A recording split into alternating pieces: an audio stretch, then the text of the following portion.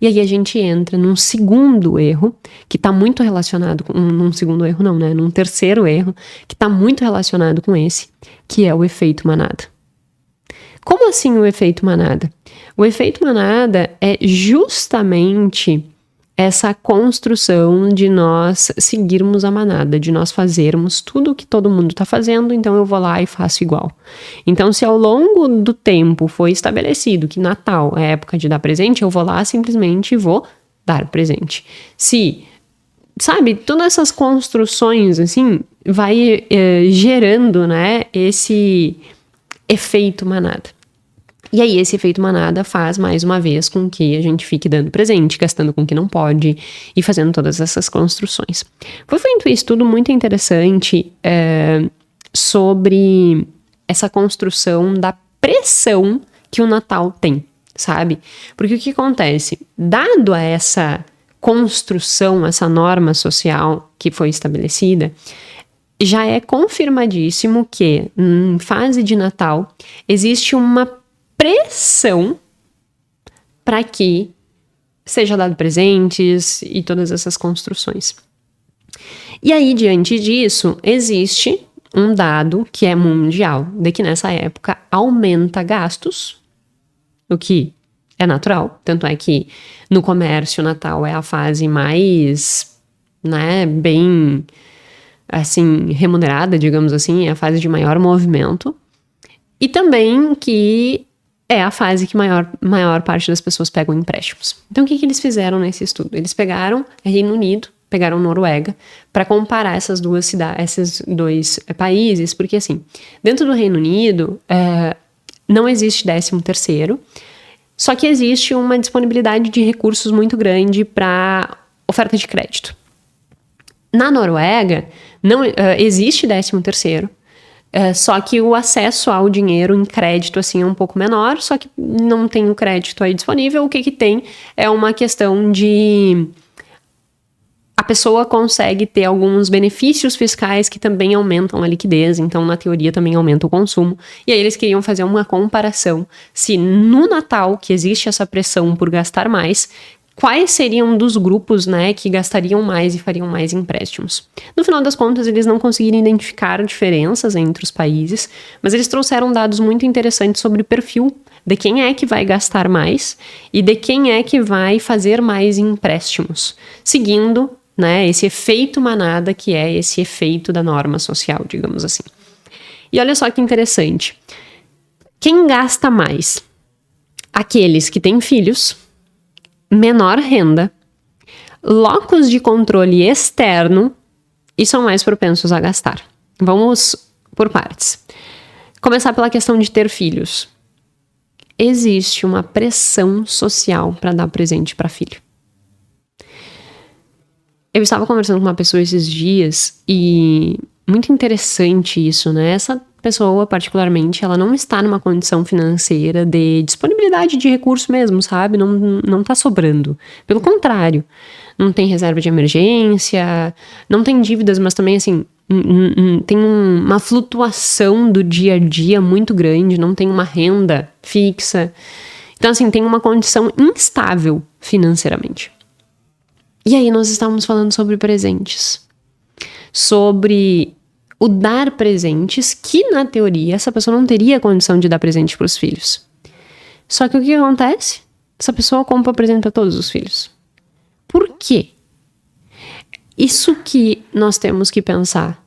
Por vezes, e aí voltando, e por isso que eu coloquei aquela questão no início do podcast, voltando àquela construção entre o que eu devo levar em consideração, se eu devo levar em consideração a questão do dinheiro, ou se eu devo levar em consideração a questão do vínculo afetivo. Aqui o que acontece? A pessoa leva em consideração só a coisa do dinheiro, só a coisa do materialismo, só a coisa do consumo, e ela deixa de lado a questão afetiva. E aí ela se sente na obrigação de dar presente para os filhos. Porque se ela não der presente para os filhos fazem um escândalo. Só que aqui nós temos que parar e analisar o nosso próprio comportamento, caso você seja pai ou mãe.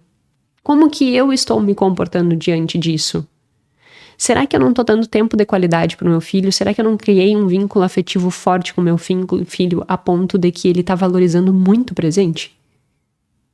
Que educação, que conhecimento, que informações eu passei para essa criança que fazem com que ela sobrevalorize o presente material, e desvalorize o presente de presença. Porque isso é uma questão de construção da família. A minha mãe gosta dessa coisa de dar presente, fim de ano e tal, mas isso nunca foi o principal lá em casa. Em nenhum momento da vida. Nunca foi. O que sempre foi o principal foi vínculo afetivo forte. Tanto é que hoje em dia, eu não falo com a minha mãe todos os dias. Mas existe um vínculo afetivo forte. E isso é o que importa, porque isso é o que gera esse calor no coração e gera um menor senso de vazio.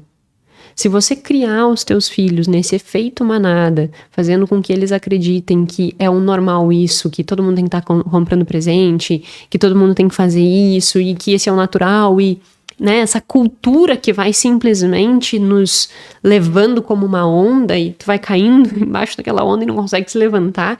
Se você criar os seus filhos dessa forma, é isso que eles vão valorizar.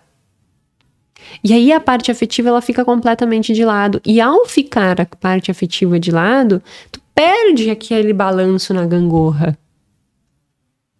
E aí você daqui a pouco está, mais uma vez, iniciando um ano completamente comprometido, completamente virado do avesso, porque você cumpriu uma regra social e entrou no efeito manada.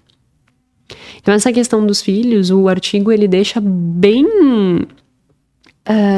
explícito isso, que a pressão social é ainda mais forte para comprar presente para os filhos. Só que como que nós conseguimos reverter isso? Estabelecendo vínculos afetivos fortes. E o que significa um vínculo afetivo forte? Intensidade na relação, tempo da duração, né? Durabilidade dessa relação, de tu realmente ter sustentabilidade nessa relação, afinidade, né? Ou intimidade nessa relação, preocupação nessa relação. Essas coisas precisam ser estabelecidas. Estabeleça isso com os teus filhos, estabeleça isso com as pessoas que importam pra ti. Porque daí o presente em si vai se tornar mais insignificante. E eu não tô dizendo mais uma vez que você não tenha que comprar presente caso você goste de fazer. O problema é que as pessoas às cegas, pelo esse efeito manada, por essa norma social, compram os presentes quando não podem comprar. Esse é o problema. E aí entra um ponto importante em termos de planejamento. Por isso que eu disse que isso aqui era um preparo já para intensivão de planejamento. Porque olha só, todos os anos existe Natal. Todos os anos existe Ano Novo. Todos os anos, se presente é uma coisa importante para ti, todos os anos você vai olhar e vai querer presentear as pessoas as quais você ama. Portanto, programe-se para isso.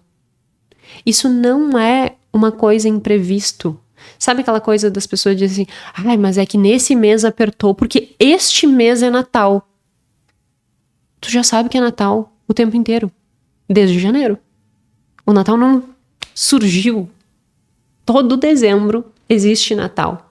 Se para você é importante, relevante essas trocas de presentes, te prepare para isso. Mas por outro lado, se para você não é importante, relevante, por exemplo, para mim não é importante, eu não sou uma pessoa, sabe aquele livro As 5 Linguagens do Amor, que diz que é o livro mais citado e o menos lido? Eu, inclusive, não li, quem leu foi o Guilherme. Eu não tenho muita paciência pra esses livrinhos assim, sabe, mais tipo, ai, nananana. Enfim, o Guilherme leu e disse que gostou. E segundo a análise dele, eu tenho, as minhas linguagens do amor lá é tempo de qualidade, né? E as dele é palavra de afirmação, a principal. E aí acontece isso, né? Tipo, pra nenhum de nós, presente, e presente é uma outra linguagem do amor, pra nenhum de nós, presente é uma coisa realmente relevante. Então por que eu vou simplesmente ficar comprando presente à toa? Se isso não é a coisa mais importante. A gente tem que estabelecer vínculos afetivos fortes com o que é importante para outra pessoa e para ti. Não efeito manada que nem um robô seguindo essa norma social. Então, essa é uma construção bem importante. Uma outra coisa interessante é baixo nível de locus de controle interno, né? Eles provam que quem gasta mais é quem tem locus de controle externo. O que é locus de controle externo? Tem um podcast aqui só sobre isso. Eu adoro esse tema. Que, a grosso modo, nada mais é do que autorresponsabilidade. As pessoas que não têm autorresponsabilidade, as pessoas que não se responsabilizam pelas suas próprias vidas, pelos seus resultados, que ficam sempre tentando terceirizar a culpa, que nós chamamos de lotus de controle externo, estas pessoas, elas tendem a gastar mais. Por quê? Eu não tenho o que é importante pra mim, o que é representativo pra mim, eu não tenho essa autorresponsabilidade. Debater no peito e dizer, deixa comigo que isso aqui eu resolvo. Ah, porque é o fulano. Ah, porque é o ciclano. E isso meio que gera um vazio no sentido de que eu preciso disso, eu preciso daquilo, estão me devendo. E aí a pessoa gasta mais. Então, dentro dessa construção de pressão, né, de consumo, digamos assim, essas pessoas elas tendem a gastar mais. E, obviamente, pessoas que já apresentam no score, né, no questionário lá de propensão ao consumo, aquelas pessoas com maior propensão ao consumo vão gastar mais.